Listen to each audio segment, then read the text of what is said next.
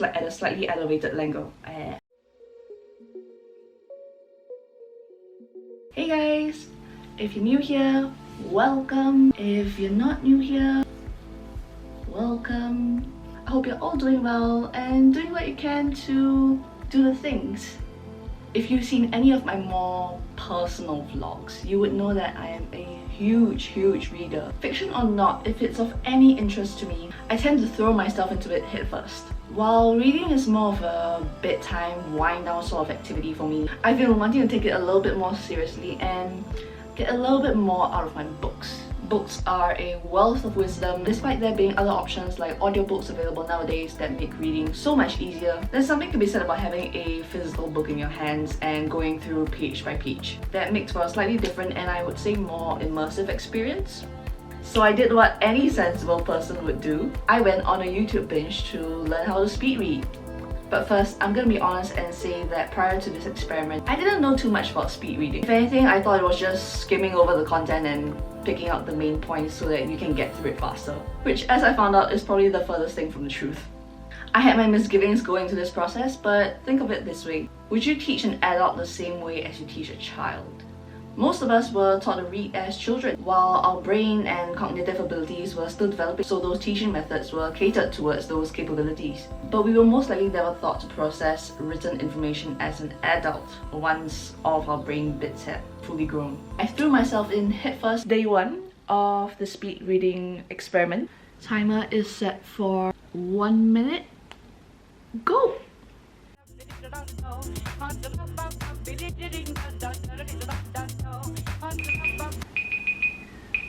Okay, now the count back.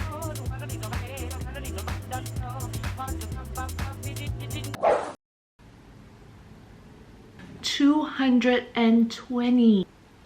I guess that puts me in the average range.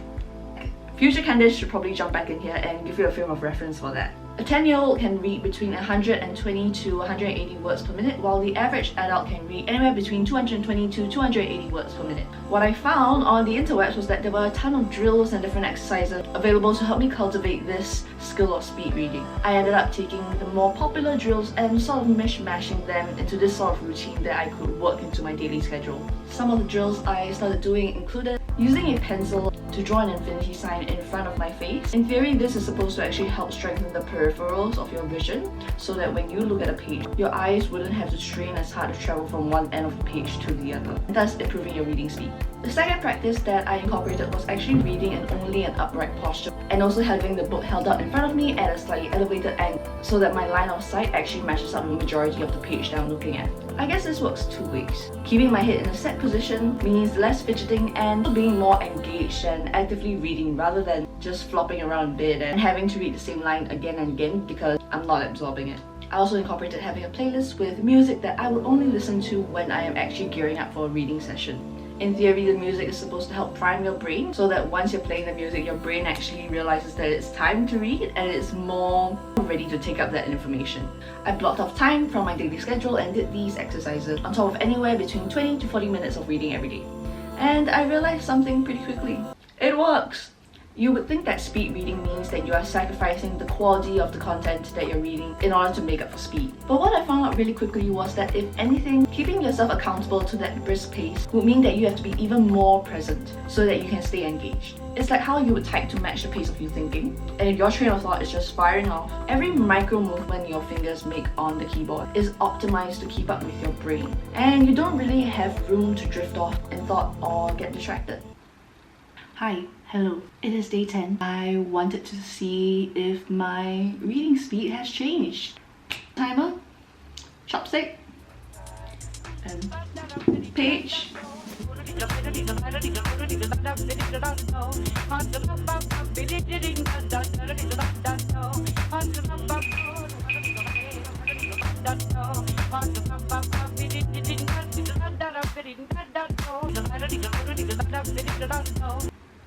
$568. So what I'm saying is, my reading speed tripled in 10 days?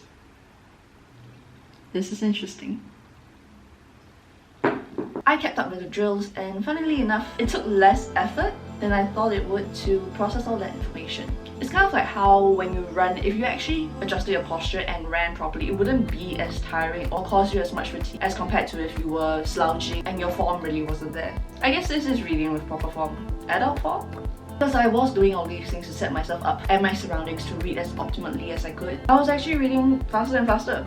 I burned through book after book and even ended up having to dip into my roommate's collection. Our kitchen is getting fixed up right now, so it's super empty, but this means that the reading space has a microwave now. And we go.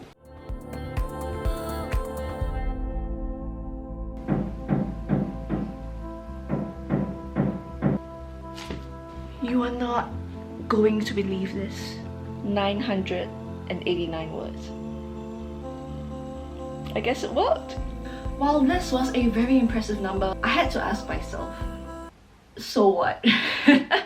It's pretty simple. Speed reading is a skill that is used to pursue more wisdom and knowledge, to explore outside of what we know. It is a tool to help us absorb more information without having to sacrifice as much time as we may have initially thought we would. Time is our most valuable and finite resource. And while you can say that the time taken to spend learning how to speed read outweighs the time that you save from actually speed reading, in the long term it does maximize the efficiency and the quality of the information we end up uptaking and processing, by making reading a much more active and engaging process that actually matches the hardware that we have.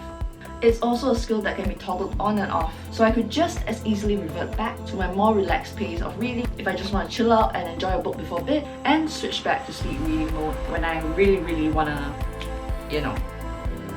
Knowing that I have this flexibility to fall back on also makes this a great option rather than something that I have to do to maximize productivity. If anything, it's a really useful skill and tool to have in reserve. This is just the tip of the iceberg with speed reading, and I'll be linking a few experts in the field down below. Seeing that I'm not well versed in this topic at all, please go to the source instead if you want to learn a little bit more about this fascinating topic. I think I've always had a little bit of hesitation when it came to doing these sorts of experiments and doing something for X number of days, but I think speed reading is something that I would continue to work into my life, and I can definitely see how it would be very helpful if I was still in school. Thank you so much for choosing to share the time with me as always. Let me know. Have you tried speed reading before? Have you heard of speed reading before? Did you have the same misconception as I had when it came to what speed reading actually is? Don't forget to leave a cheeky like if you really liked it. And I will see you guys in the next one.